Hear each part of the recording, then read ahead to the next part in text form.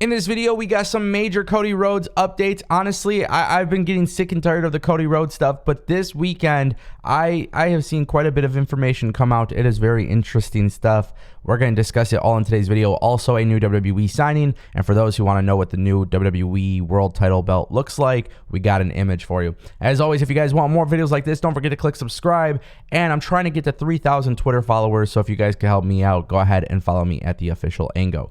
This right here is your first look at the potentially new unified WWE World Heavyweight Championship. Notice it says World Heavyweight Champion. It does not say Universal Champion. Now, as you guys know, WWE is having champion versus champion title unification match. The belief long term is that WWE is not going to be sticking with one world champion. The belief is that they will, in fact, have two world champions at some point. So I'm not really sure what the idea is here to unveil a new championship belt. But nonetheless, this is the first look. So it is just slightly different from the current world championship belts that WWE has. Obviously, if you don't watch WWE, you probably don't care about this, but I have noticed a huge increase in people, especially talking in the Discord server. A lot more people are starting to actually enjoy WWE a little bit more.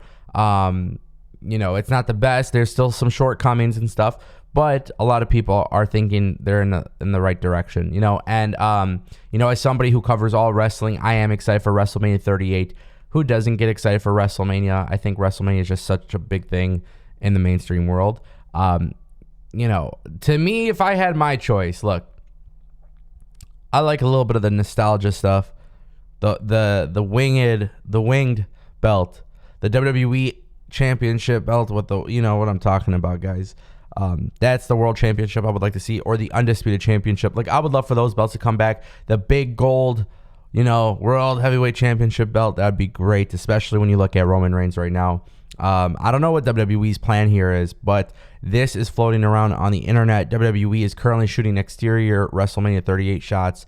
So it's very, very interesting. This was seen in Texas. What do you guys think of the belt design? Overall, I will say, as much as I am starting to enjoy WWE a little bit more often, I do think right now Impact and AEW and New Japan have better looking championship belts. I don't really see how people can argue with that, but you know, I do think those three companies provide better looking championship belts than WWE. However, I will say, just on the record, I know a lot of people hate the Intercontinental Championship belt, and I get it. I understand why they do, but that seems to be one of my favorite belts that they have. So nonetheless, yeah, let's move on. As you guys know, we had been talking about Roxy before. There was rumors that she signed with WWE. Then there was rumors that she chose not to go to WWE. There was so much back and forth, which is why I kind of want to talk about this, because I want to offer some clarity. In the past, we've done some videos on Roxy based on the reports that came out, and it was like a 50-50 thing. Like, Booker T said she signed, and then there was a whole bunch of people said that she didn't sign, and then Booker T corrected himself, and then there was rumors that she actually did sign. This all basically started from the moment that Roxy was even trying out in the WWE. Now, I want to talk about this specifically because it does appear as it is confirmed that she is joining WWE. So it came from PW Insider. They reported the news this morning that she will be starting in the Performance Center very, very shortly, and she will be part of the NXT brand. Man, I really want to talk about this because now that we've seen what NXT 2.0 has become, it's become more character centric. I am just confused and concerned and curious. The three C's: confused, concerned, and curious. What the hell are they going to do with Roxy? Like, character wise, you know, I know NXT is not for everybody. And I know some people think that my opinion means nothing because I enjoy NXT 2.0. But if we're going to say that wrestling companies need to offer storytelling, they need to be logical.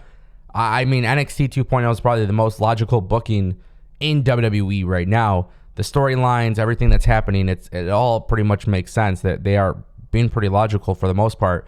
But they are character heavy. Now, me personally, I think wrestling should have characters and good wrestlers. I don't think you are good enough to be just a good wrestler in pro wrestling.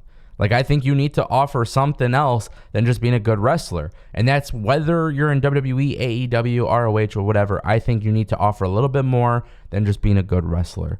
And I'm very curious to see what kind of character they come up with Roxy, because I don't know what to expect here, but I hope that they do something cool with her because I feel like Roxy would have been a great signing for AEW. I think she would have been a great asset for Impact.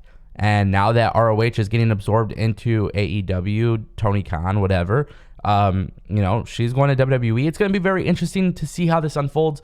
Also, this is going to be a test for WWE. If WWE drops the ball with somebody like Roxy, who, by the way, I think she's like, 19, 20, maybe 21 years old. She's a young prospect. Other young prospects are probably going to look at this and see how WWE treats Roxy. So I am very curious to see what they do. It should be very interesting. Let me know what you guys think of that story in the comment section down below. Now we got to jump into it. The biggest update that we have received thus far: Cody Rhodes versus Seth Rollins. Now, I want to kind of hit this from 3 different sources. So we got Meltzer, Fightful, and then Slice Wrestling joins in the mix.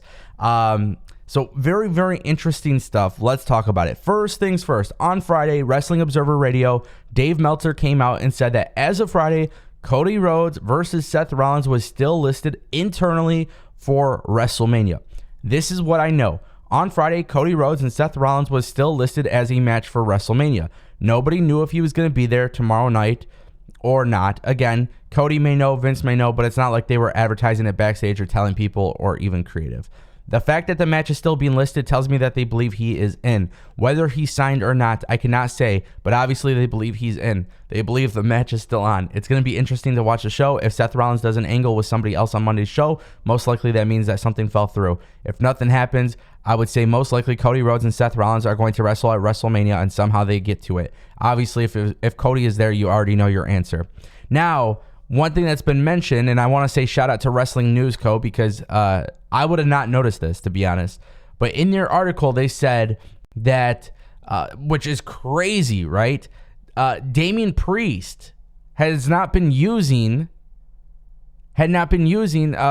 use the Reckoning. Hit the Lights, the Reckoning, whatever the hell they're calling it these days, which is essentially the Crossroads.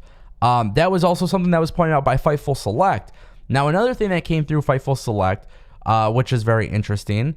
So, obviously, this is in response to the Dave Meltzer report. But essentially, one AEW EVP fully believed that Cody Rhodes was signed or was signing with WWE and would face Seth Rollins at WrestleMania. Now, this is where things get even more crazy, right? WWE Raw is in Jacksonville. So if there is ever a time for WWE to do this, holy shit, it would be pretty massive for Cody Rhodes to appear in WWE Raw at Jacksonville. But now let's talk about Slice Wrestling, who Slice Wrestling throughout this entire time has said it's been a work. You're getting worked by the sheets. There's a whole bunch of stuff that's being talked about here. And then somebody brought it to my attention that Slice Wrestling tweeted out a picture of a vault with money inside. No context whatsoever added to this tweet. Now, the reason why I'm actually bringing this up is because obviously with these cryptic posts, you can never be too certain. But Slice Wrestling this entire time has said, no, you're getting worked. Cody's going back to AEW, whatever. There was reports that he specifically had. Obviously, at this point, it sounds like Cody's going to WWE. But the reason why I bring up the Slice report is because if Slice is true, if that report is true, if that report is accurate, what the hell? Like, literally, what the hell? I think Cody versus Seth Rollins makes the most sense. I think there's going to be a lot of people watching Raw. I'm excited to see what happens. And hopefully this is the last of the updates. Hopefully we don't have to bring any more updates on this. I think everybody's just ready for the situation to be over with. Now, by the way, why would there be a photo of a lot of money in the vault? Well, obviously, Cody Rhodes is not going to be a cheap contract. Let me know what you guys think in the comment section down below, and I'll see you next time. Thanks for watching.